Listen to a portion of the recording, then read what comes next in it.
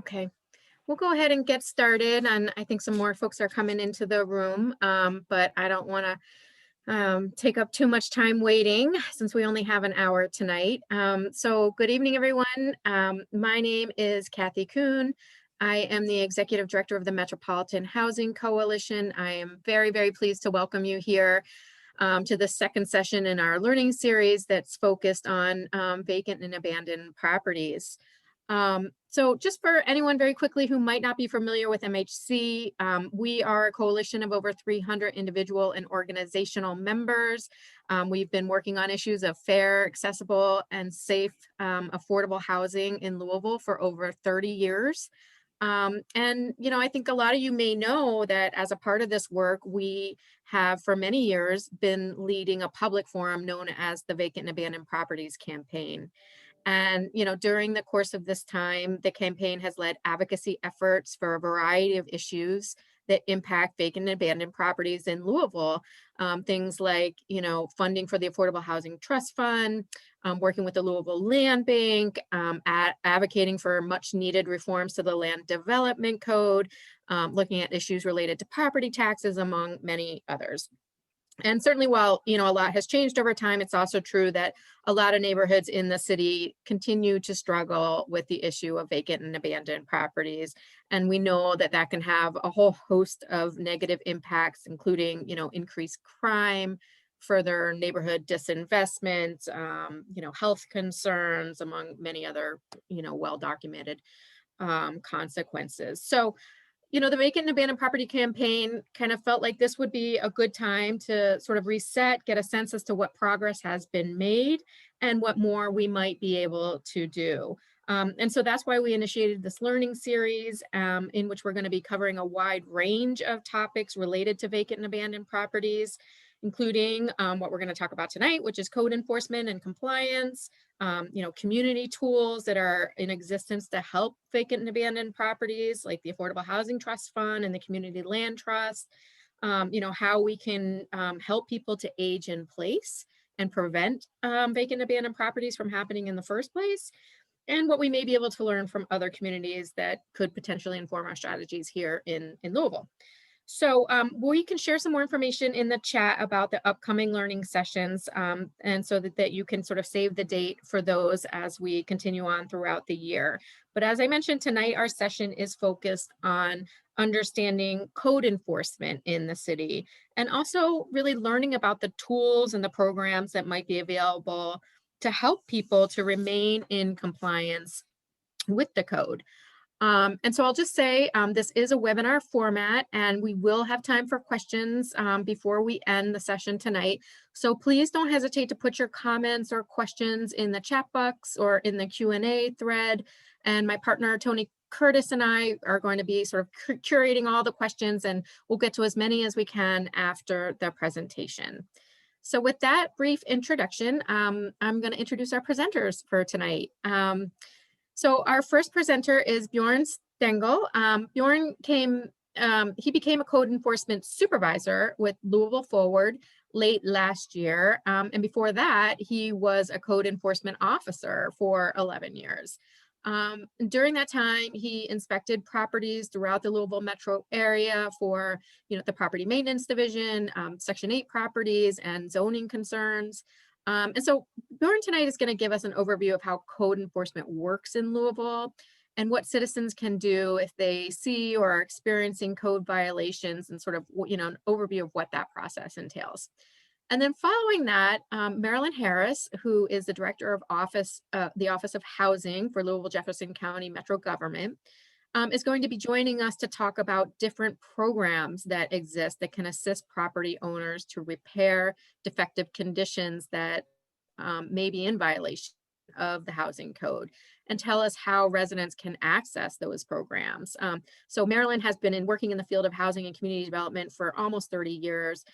Most recently, she's been playing an absolutely critical role in helping the city to prevent a potential eviction crisis as a result of COVID-19. And so again, I will turn it over to Bjorn, but just one more reminder to please put your questions in the chat, and we will be taking those questions at the end. So with that, I will turn the floor over to you, Bjorn. Thank you. Thank you, Kathy. Good evening, everybody. Anybody, thanks for being here. As Kathy mentioned, I've been with code enforcement for 11 years or so, and now I'm in a supervisor role. Code enforcement, the way we work, our best friends are the folks at Metro Call.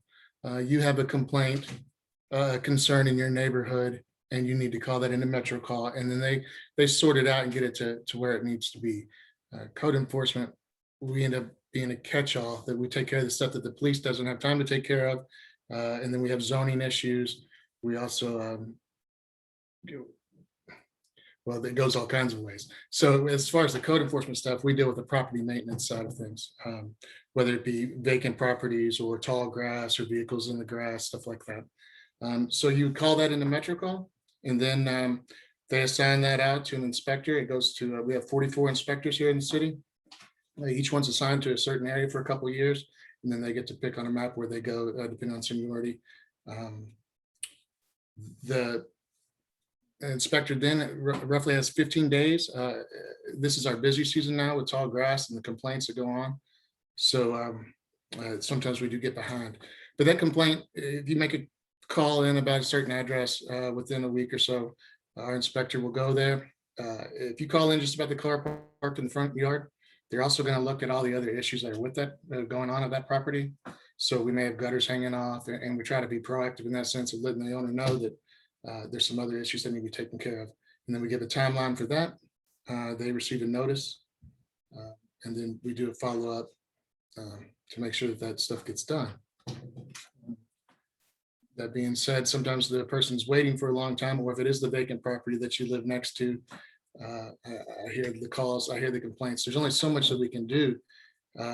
We have certain inspectors that are now working with trying to do deeper research into finding these people that may be next of kin that own these properties or something like that. Because if you have a deceased owner, obviously I can't go there and make them cut their grass anymore, and they're not going to be paying in their property.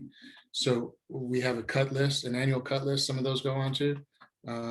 We do refer those for cutting, and we have Public Works take care of that. Unfortunately, with all of the properties in Louisville, we just can't be there every week. So we ask that you as a neighbor, you as a concerned citizen, you call that in to us, and we'll get it on the list. Now, if you call on a Tuesday and nothing's done, and you call on a Friday, it may have already been referred. You can ask the person at 311 for the inspector's name and number. They can reach out to you that way and let you know, hey, I was there on Tuesday. We have to give them a couple weeks, then we'll cut it. Just everything's got a process and a time process.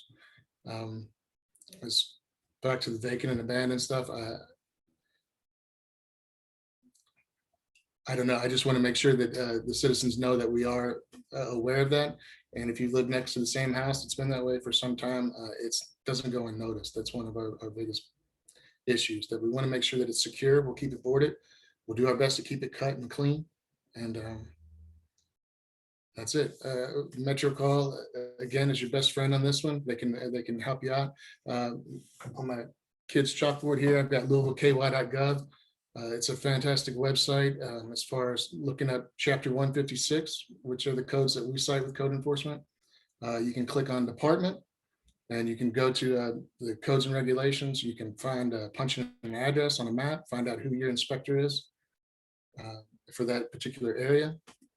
You can also, there's a business portal there that you can get permits and stuff like that you need, as well as do follow-ups with looking up addresses that may have some violations on them, or possibly find a little more information about the property that you're concerned with. Another source is Logic. And I apologize, it's not on my cool chalkboard. Logic, LOJIC.org. That's just a simple interactive map system here in Jefferson County. You can punch in an address, your own. It's going to tell you about your junk pickup. It's going to tell you who your council person is, stuff like that.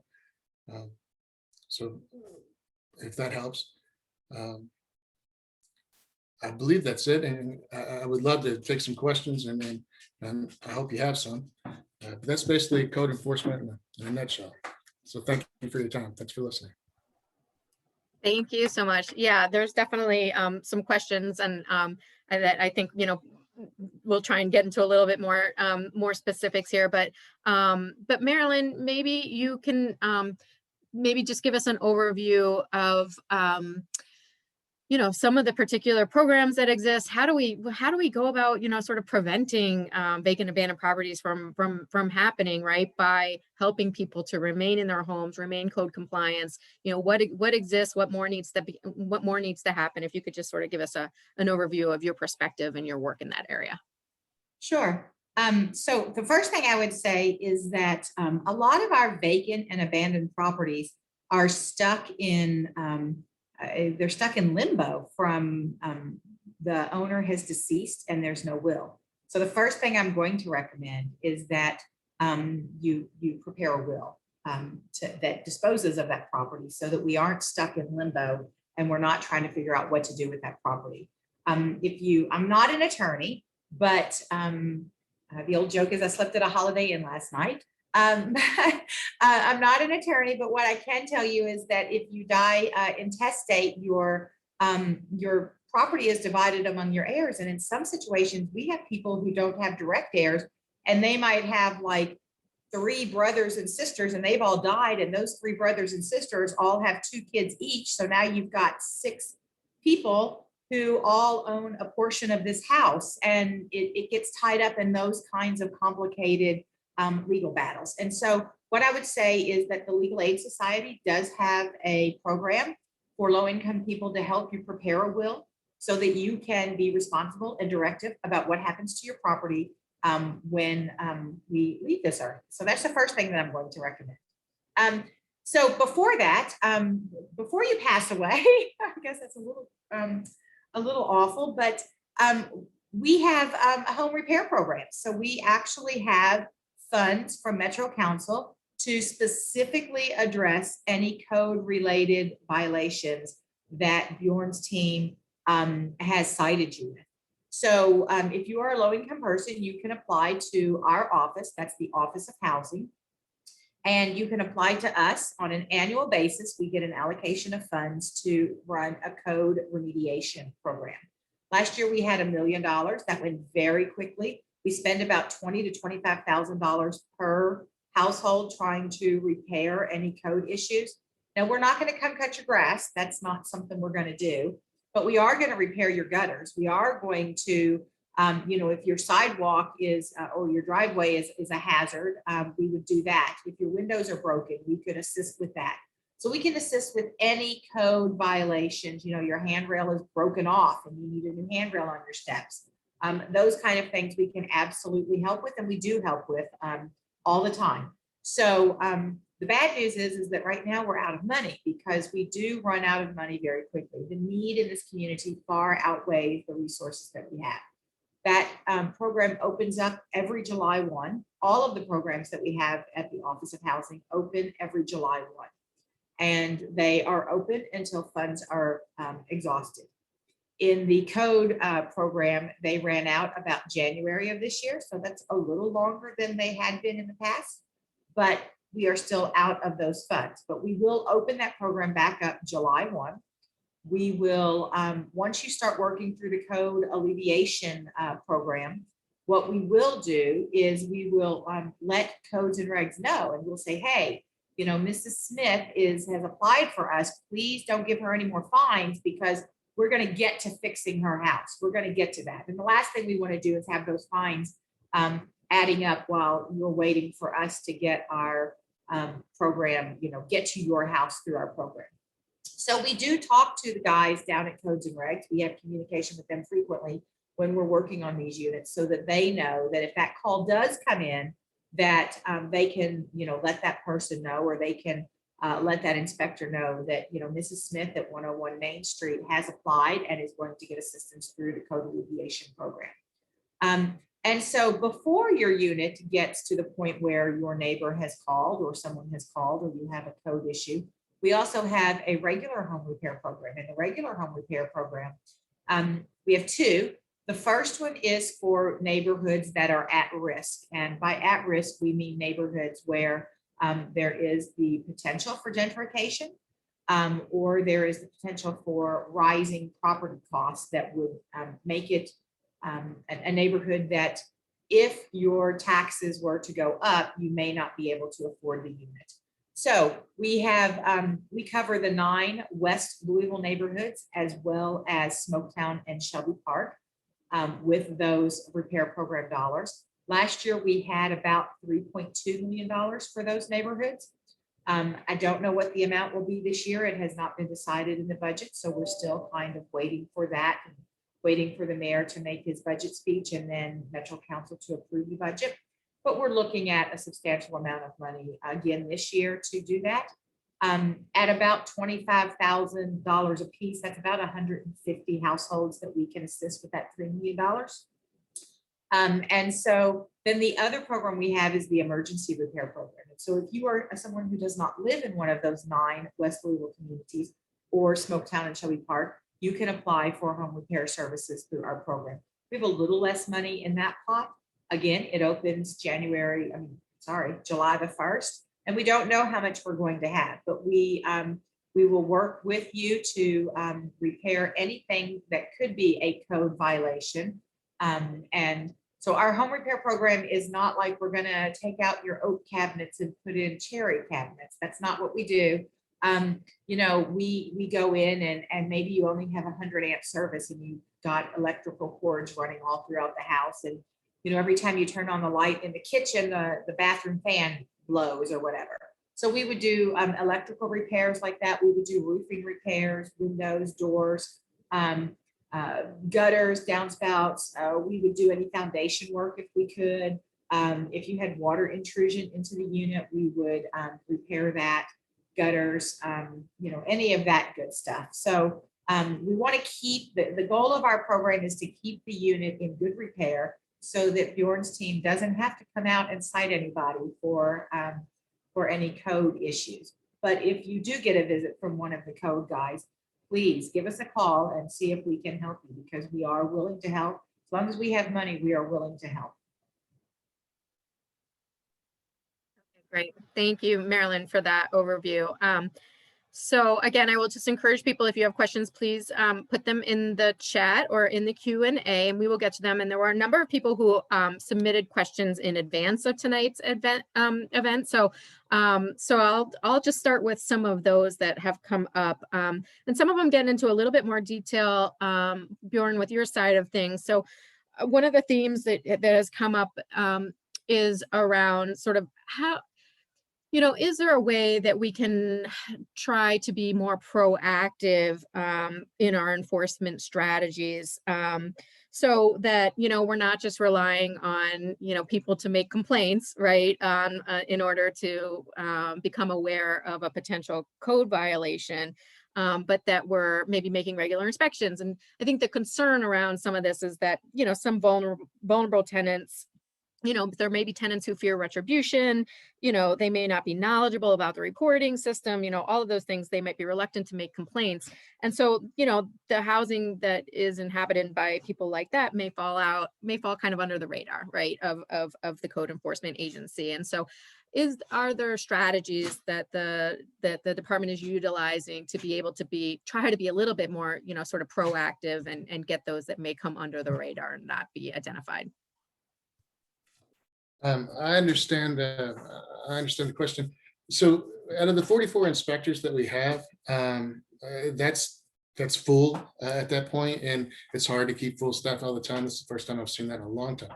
So, but we don't go and police the neighborhoods for tall grass and stuff like that. We don't. Obviously, you'd be pretty busy at times, and so on the map, the way they divided up for the different inspectors, the last time they divided up the map, I think each inspector had about 600 something cases.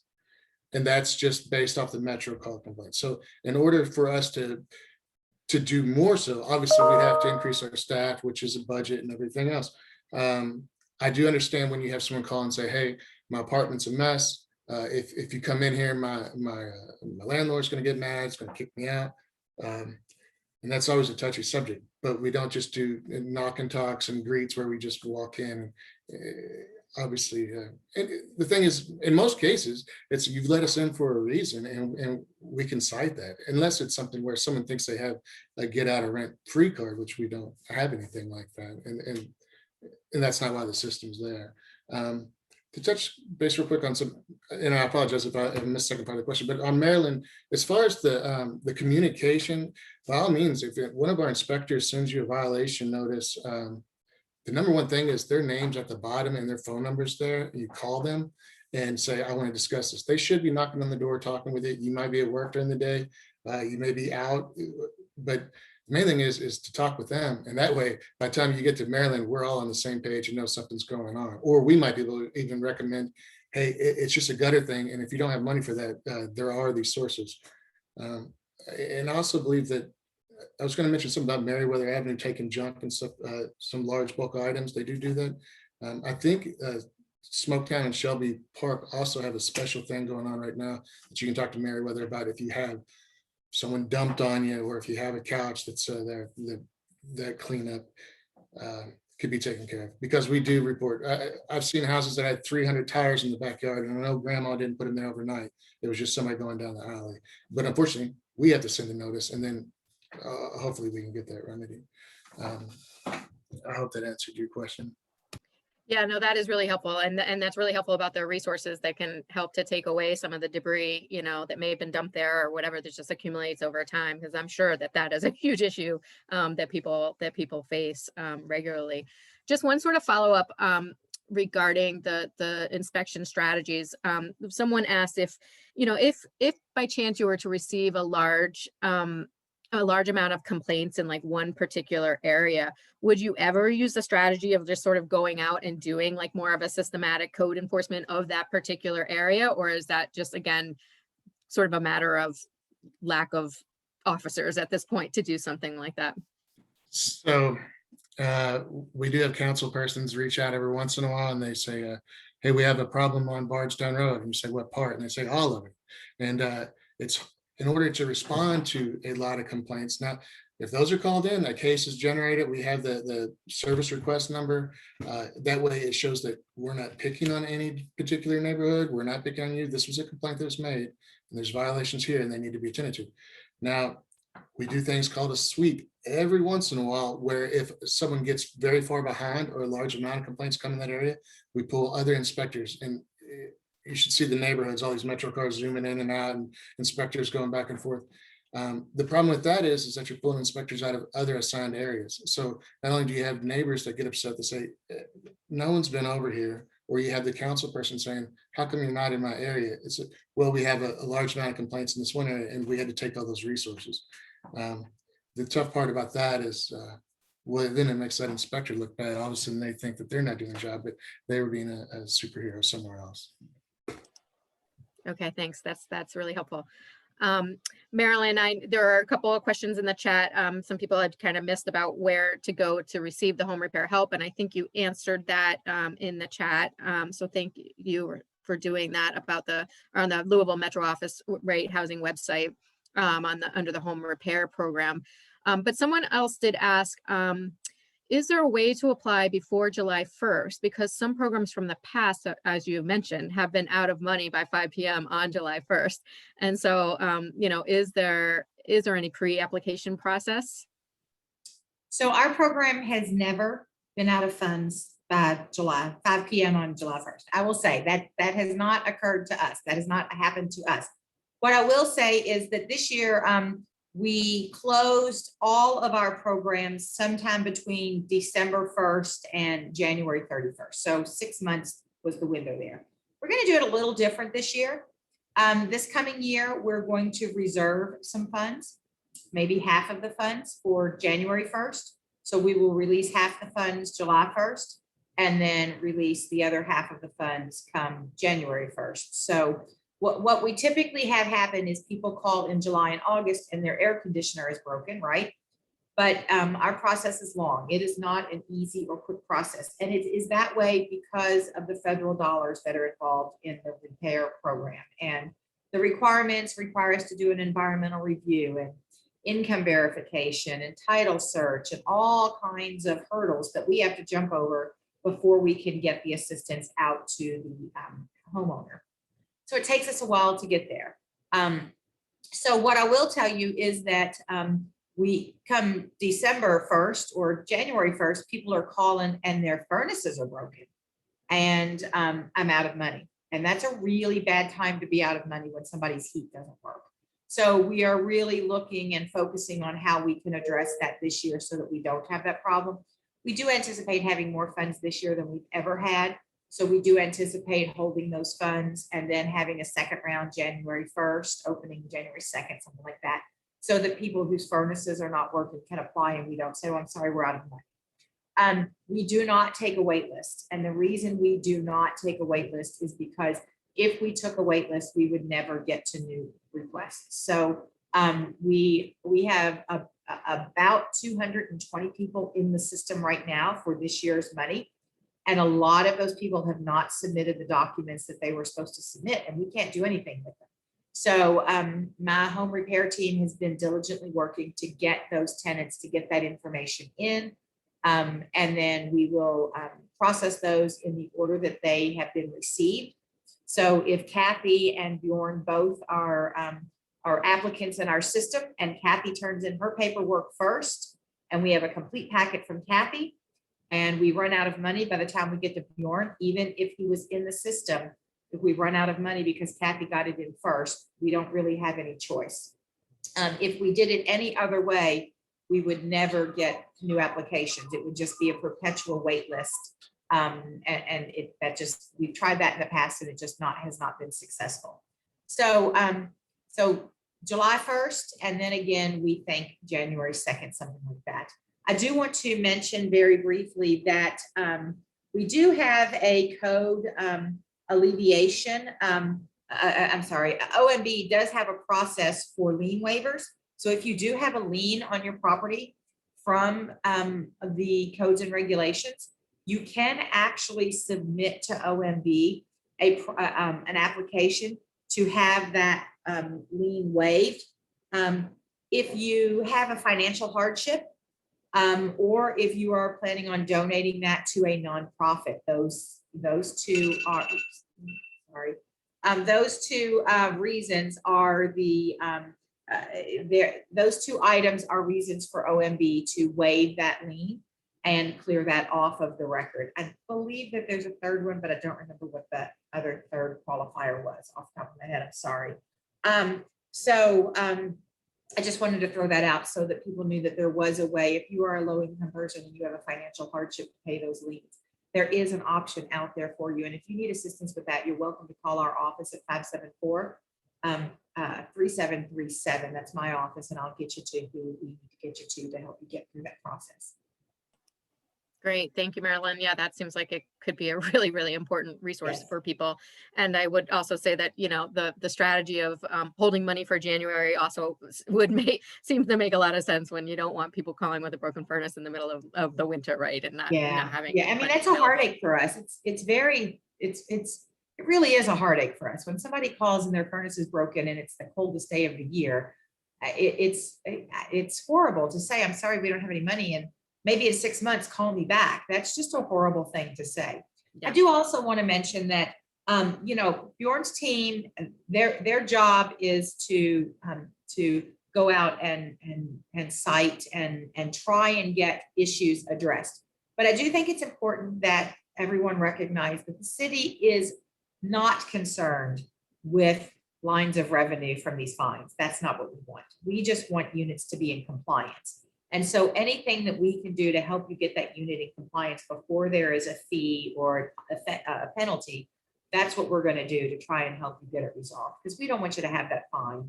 That's not our goal here. Our goal here is that, we'd rather no one be out of compliance, and that our units are all in good condition.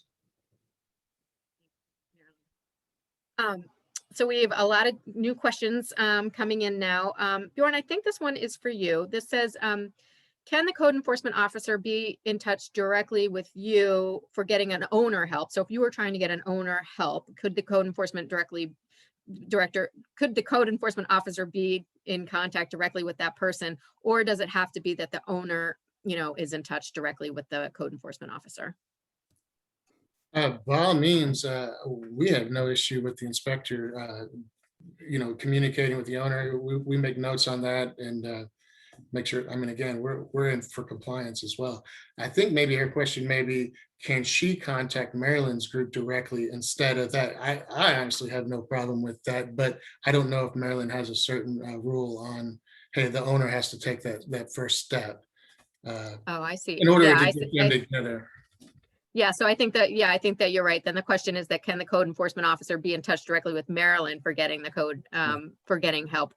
Or does it have to be the owner that has to be directly in touch? It does have to be the owner. The owner has to make application. Obviously, the code enforcement officer can inform us of someone, you know, if they go out and they recognize that this is probably someone who would qualify, either based on where they live or perhaps the code violations are kind of extensive and they recognize they really need help. They can always reach out to us and we will reach out to that person. We don't have a problem doing that, but ultimately the homeowner has to make application and submit the paperwork that we need. Otherwise, we cannot assist. Okay. If I could ask, I don't mean to interrupt you. No, please do. One thing we deal with when you have a house that's fallen in disrepair and it's on that brink where things are about to go really bad, sometimes the homeowner will just throw up their hands and say, I'll give it to the city. I don't want it. Will you just take it? And I understand that Marilyn said they have a lien program in order to take that. It's my understanding the land bank won't take them if there's taxes owed on them. And I didn't know if there was any kind of assistance with that. The problem being that once the back taxes are on it so much, the city can't readily take it as easily as they say they would. And then one other little comment I'd like to make real quick is when you mentioned people trying to find a different way to get inspectors into their units without having the landlords upset. With the furnaces, that's one of our biggest things. You have to have heat to the beginning of October through May. And when you have a no heat complaint, it's the first thing. I mean, it goes immediately to us within 24 hours. We send someone there. We tell the landlords, provide space heaters or a place to stay. And this is a 24-hour notice before things get bad for you financially in order to keep these people safe. Yeah, very, very important, obviously. So then there's a question here about whether it's still a requirement that the owner have homeowners insurance in order to get help. This person has heard from applicants that they cannot qualify for a roof because they don't have insurance. So Marilyn, I'm assuming that's for you.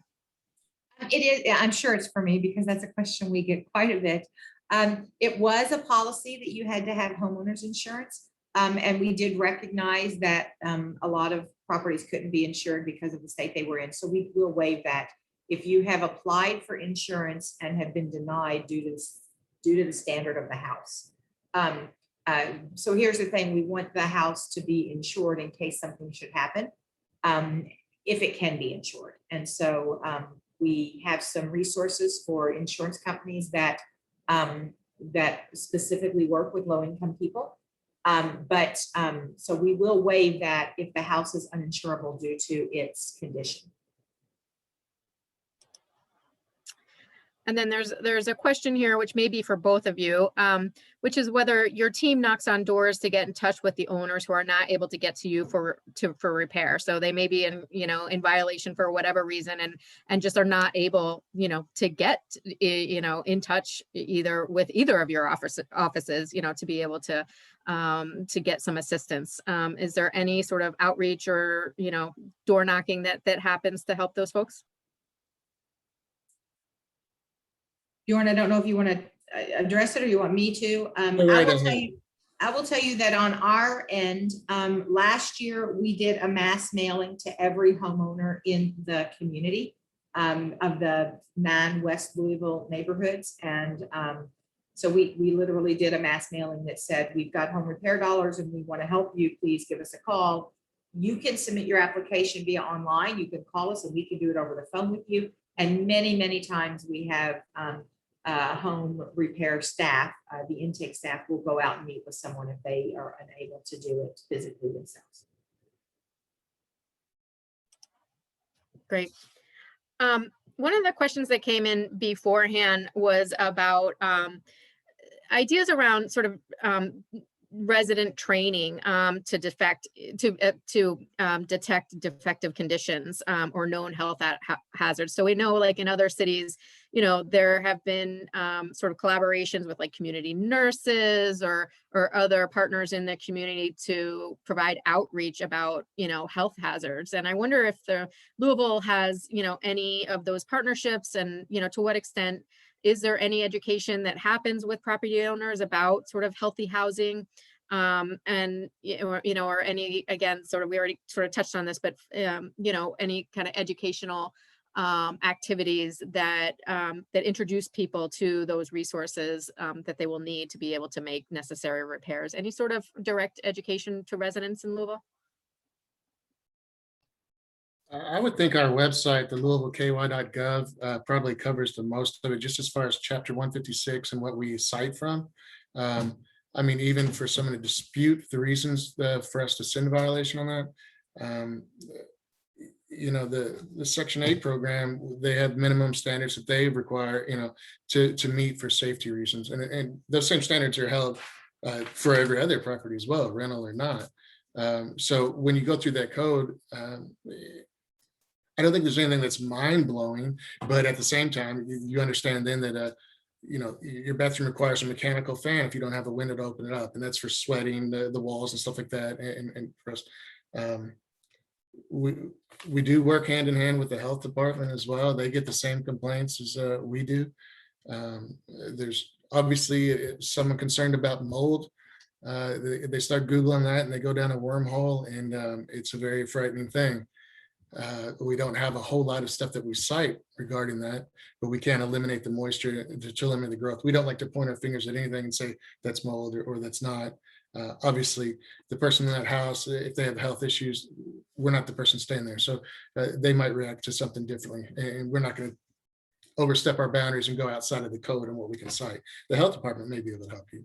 But as far as further education, I would just say that website's a great tool to get up to date on what it is that we cite and enforce. Great, that's helpful. Thank you.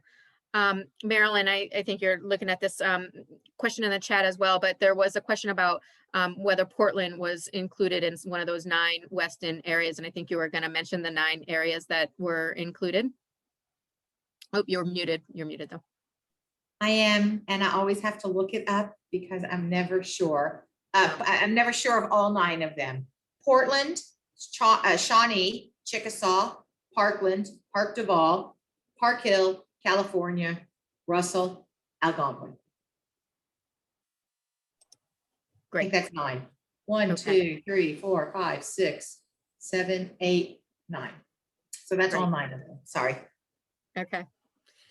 And then Bjorn, there was a question on Facebook that it was just more of a specific question about who you contact on a street car repair business that's conducted on, on South 19th Street between Chestnut and Magazine is the question that they're asking. And I guess maybe if you can just sort of reiterate what you do to make a complaint or, to report an issue, Sure. that might be helpful. So when I said we're a catch-all, it means we get all those complaints. The thing is with code enforcement, we don't cite auto businesses, but the zoning department does, and they are right down the hallway from me. So if we get a complaint that happens to not, so they would call that in and say, I have a zoning complaint. It's about an automotive business, or if it's signs or something like that. If that happens to squeeze through the cracks and get to us, our inspectors know that. They will, we don't just close the case and say it's someone else's job.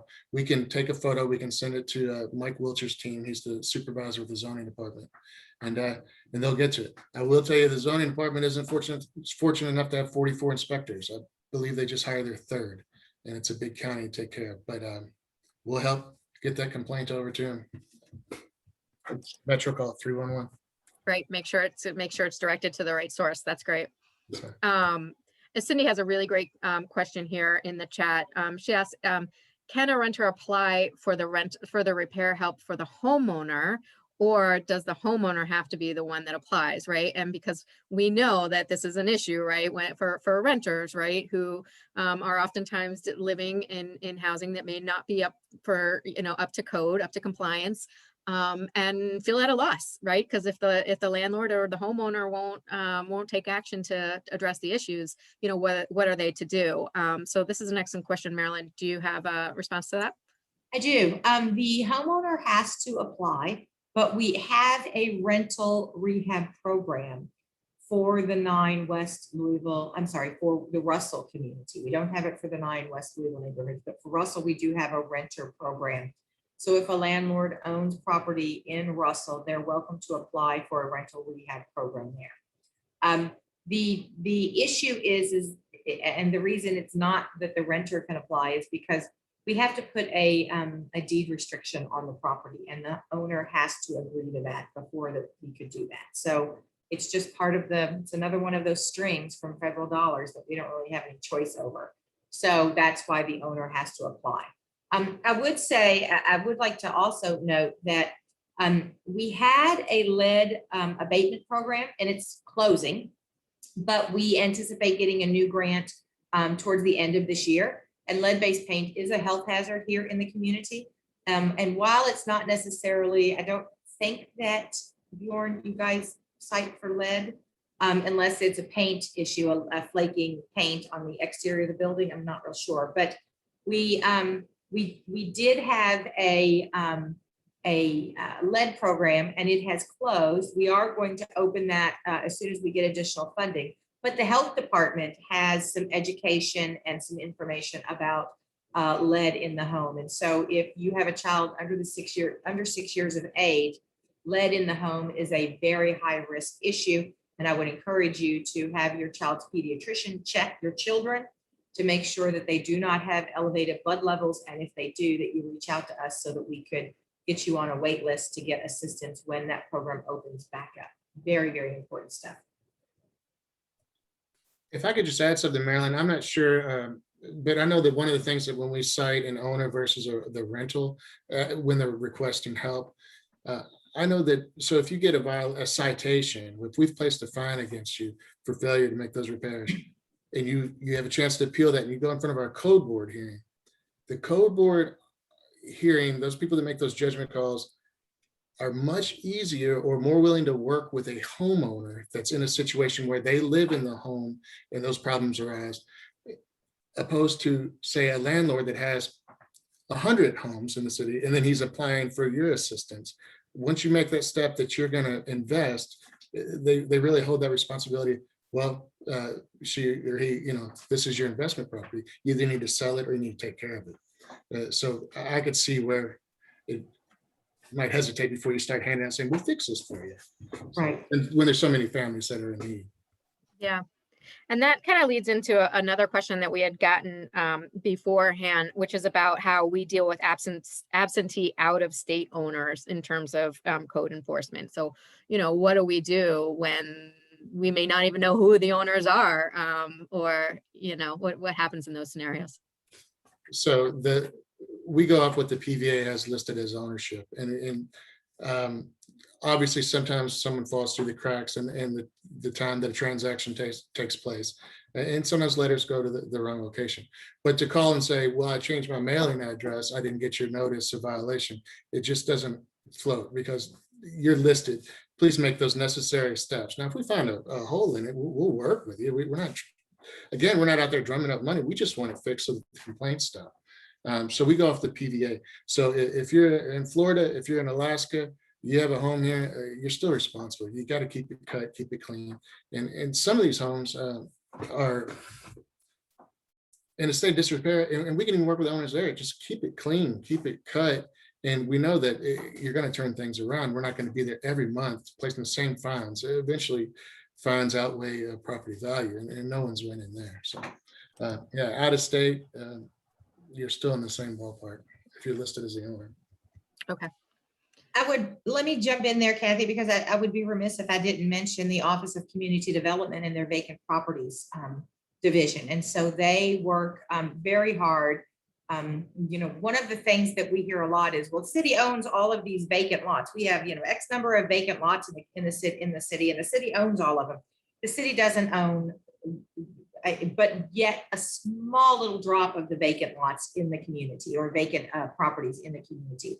It's important to note that if you do know of a vacant lot, and you do know of issues with that property, that you reach out. Either you reach out to codes or you reach out to the Office of Community Development. You know, my husband, just in his daily work, was at a school recently, and one of the teachers said, "What about that piece of property across the street? We think maybe it's a drug house." And so he came home and said something to me. And so I reached out to our Office of Community Development and said, "Hey, check out this house." And sure enough, it was a vacant house and had been abandoned, and they are working on trying to acquire it. So sometimes we don't know about all of them.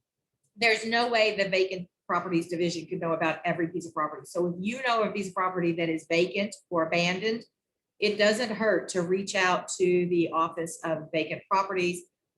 You can call my office. I don't know their number off the top of my head. I just know my number. My number is 574-3737. You can reach out to us, and we'll get you in touch with the Vacant Properties Division so that you can talk to them, and we can figure out what to do with that vacant property that's by you. Oh, 574-4016. Sorry, someone just texted it to me. That's great.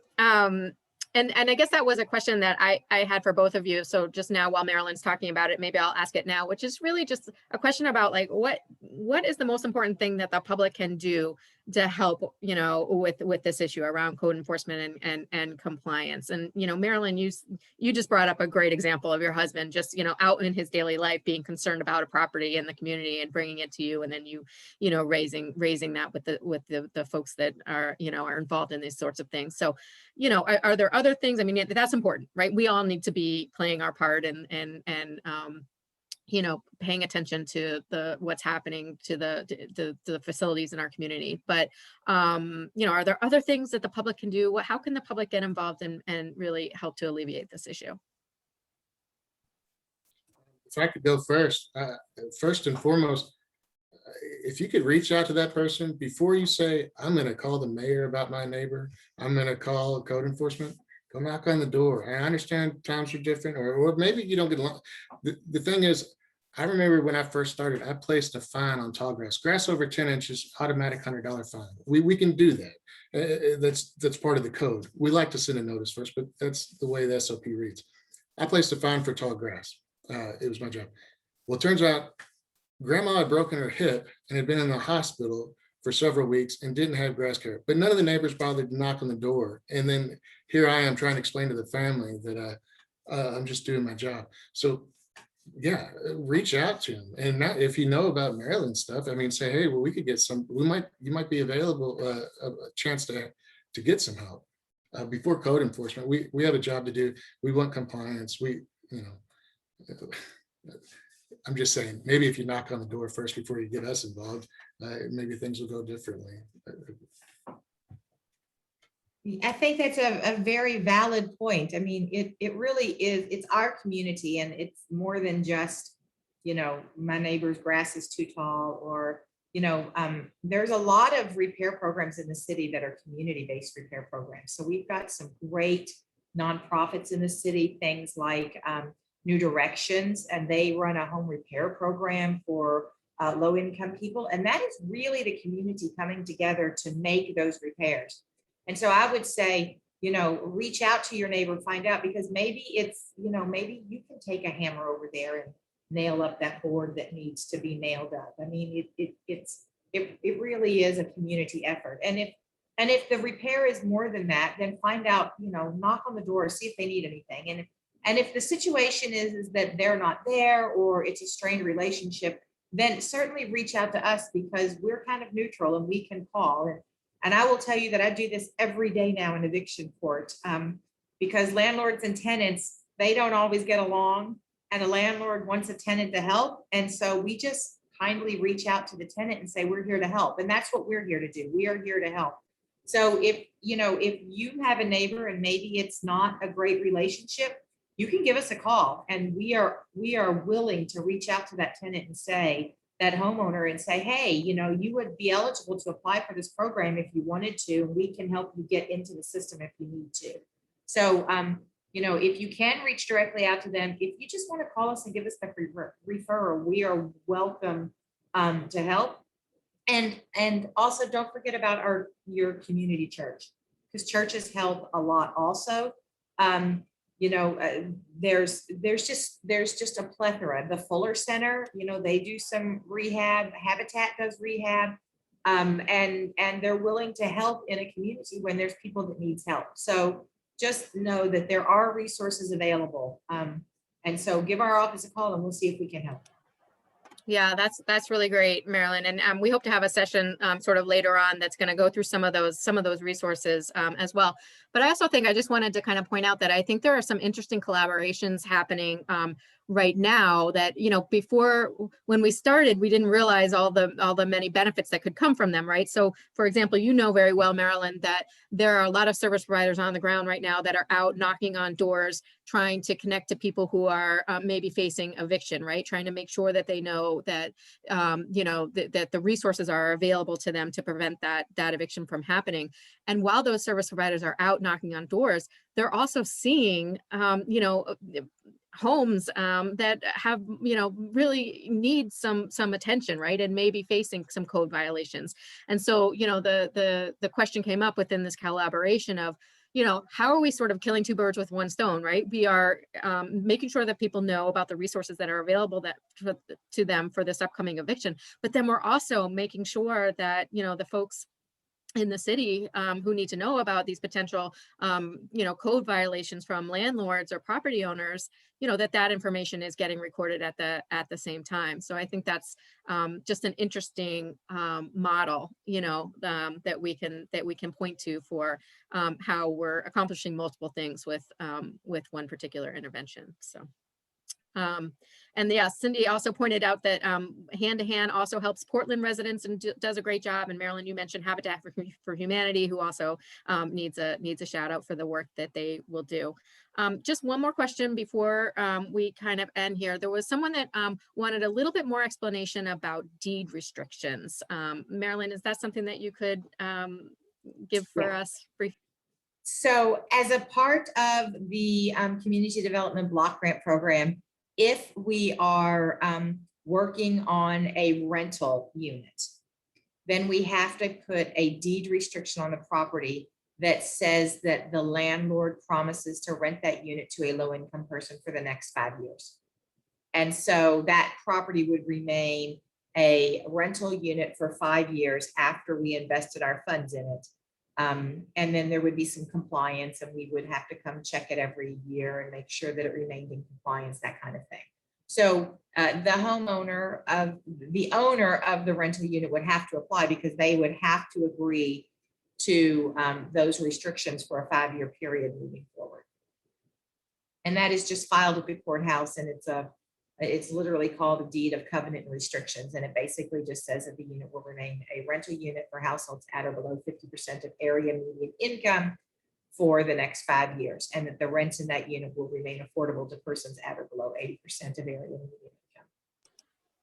income. And just a quick follow up on that, is there a deed restriction for a non-rental? For the homeowner, there is a promissory. It's not even a promissory note. It's a pledge that they agree that what we don't want to happen is we don't want to invest the money and then somebody turn around and sell it, and then our money just be gone. We want to make the investment in that household, and we want to make sure that they get the return on that investment. So it is a pledge that they will remain in that unit for a year, at least a year. But it is not filed. It is not a deed restriction per se. It is just a pledge by that household. Kathy, you're on mute. Thank you. Any last minute thoughts? It wouldn't be a meeting if that didn't happen at least once, right? From either of you before we close, anything that hasn't been brought up that you want to mention tonight? No, I don't think so. Thank you for your time. She left her office number a couple of times. I should give mine out. Should anybody have any questions for me, I'd be happy to answer.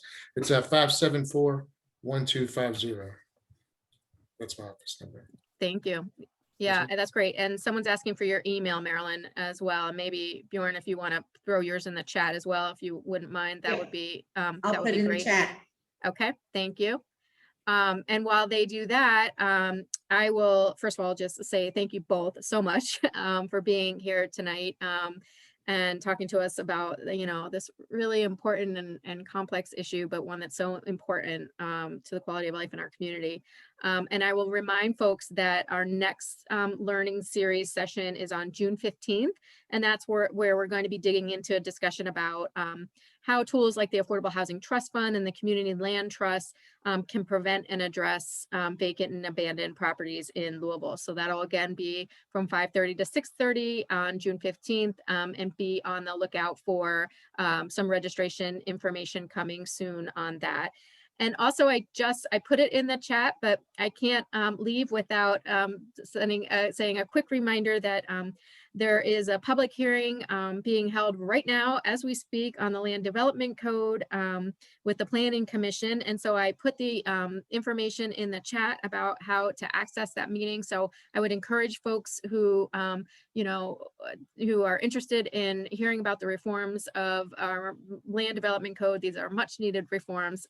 Encourage you to sort of pop over to that meeting. That started at 6 and it's probably, just getting interested now. So so head on over there and I will see you there hopefully. So thanks everybody so much for being here tonight. Thank you, Marilyn. Thank you, Bjorn. And we'll see you all again very, very soon. Take care.